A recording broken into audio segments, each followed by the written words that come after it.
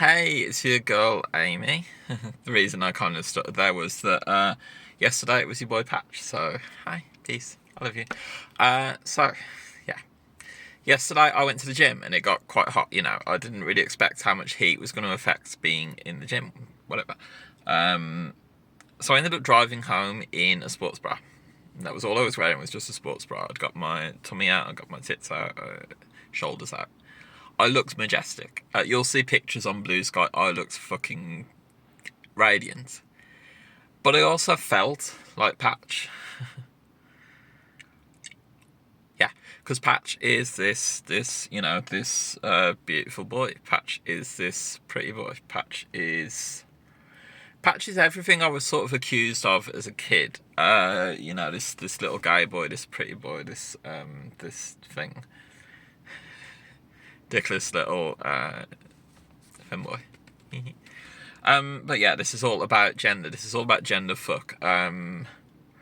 Basically, ever since bottom surgery, I've been more open and accepting of my own gender, things about myself. I still see myself as a girl. I still see myself as Amy. I will always be Amy. I'm perfectly happy to have a vagina. I can't stress enough how that was the perfect thing to do and will always be the perfect thing to do. There was nothing wrong down there. There were no wavering questions down there. This is about something else. So this isn't about my body. My body is sort of resolved. I have exactly the body that I want and always wanted. As transmedical as that sounds, I have the perfect body for me. It happens that my surgery can be seen as a sort of non-binary surgery, if you want it to, and I see it as that. And actually, because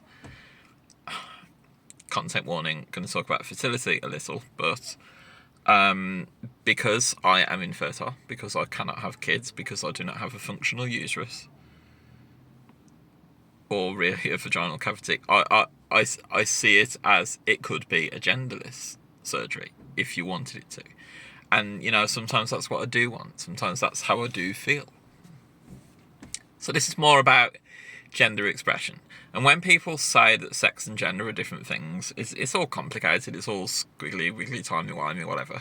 But when people say that gender and sex are separate things, what they're normally talking about is body and hormones versus gender expression, gender roles, gender performance. This performance. I'm verging into sort of Jermaine Greer wording and territory there, which I'm very sorry for. But yeah, in some ways, gender is a performance. In some ways, being transgender is putting on a performance.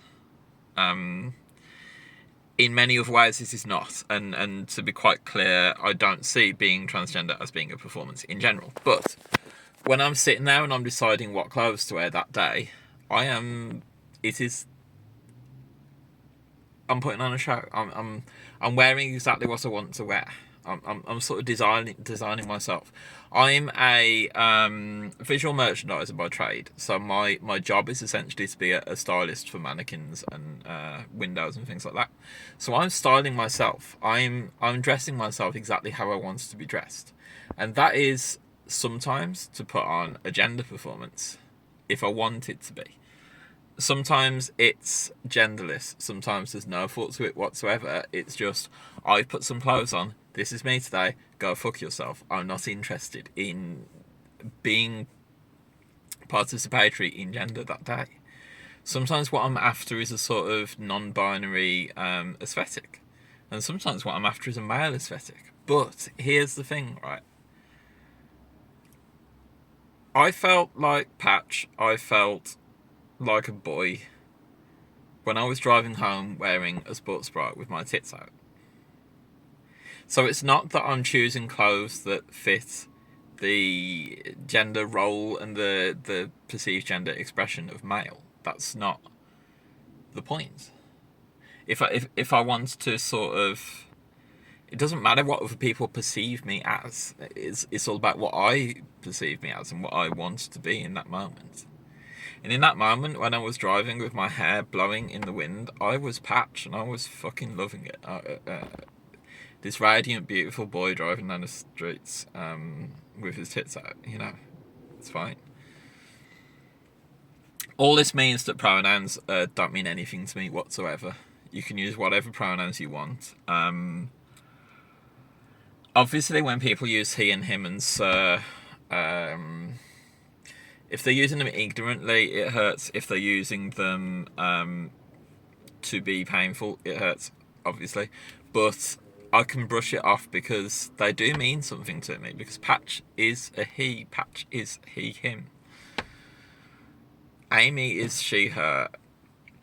AIM is gender neutral, sort of Ziza, Xeno, whatever. But then there's like Newt, who is I can't even say genderless because genderless isn't the right word. There is no perception, there is no participation. There is a void. Newt is void. There is void. When you're discussing these topics with Newt, void. No pronouns, no... Yeah. Don't perceive. Exactly. How that made any kind of sense whatsoever. Basically, I have these personas that are sort of... It's not quite DID, but it's on a similar vein, I guess. Sometimes I wake up and I feel a different way. Sometimes I wake up and I feel like I have no gender. Like gender means nothing to me. Sometimes I wake up and I feel female. Sometimes I wake up and I feel a little masculine. I feel a little boyish. It's never reached the point of masculinity and like harsh masculinity, but I do feel like Patch from time to time. So yeah, just a little ramble about gender and gender expression and things like that, basically. When I started off transitioning, I saw transition as a sort of, you're going from A to B, and A is completely different to B. But that's ignoring the things that I would have chosen to wear as a boy, when I was a boy, because I did grow up as a boy. The things I would have chosen to wear and participate in, that's still a part of me. I still see it as a part of me anyway.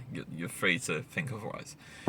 So when I'm styling myself as a boy, when I was a boy and I'm dressing myself, that's still a part of me, and that still stays a sort of part of my personality. And I guess this is where that aspect comes in. This is where that gender expression comes in.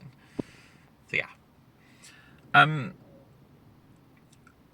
So before surgery, I saw this as like a transition from A to B. But afterwards, it's more of a it's complete freedom, basically. It's freedom to choose to wear exactly what you want to wear, to be exactly who you want to be, and that can change from day to day. That can change from hour to hour. That can change from minute to minute. So maybe I open the wardrobe looking for a dress and I actually grab a shirt and jeans. It's fine. These things aren't immutable. These things aren't unchangeable. It's all open. It's all free. And if you're transgender, don't let anybody tell you what you can and can't do.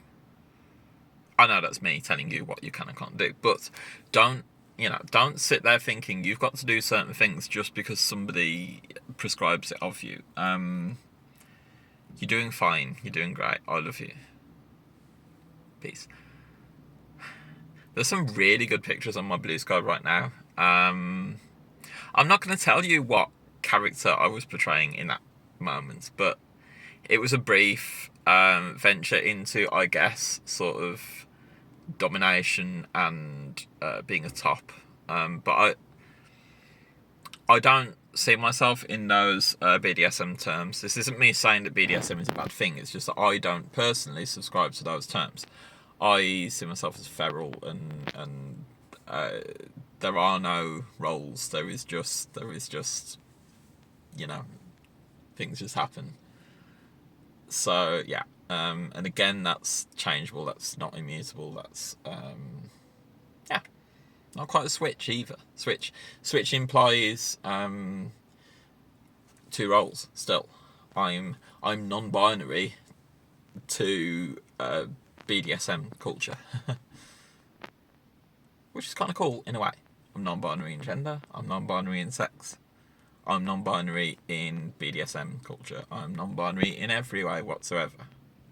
But still a girl, still female, still Amy, still happy to have a beautiful vagina and the fluffiest breasts in the world.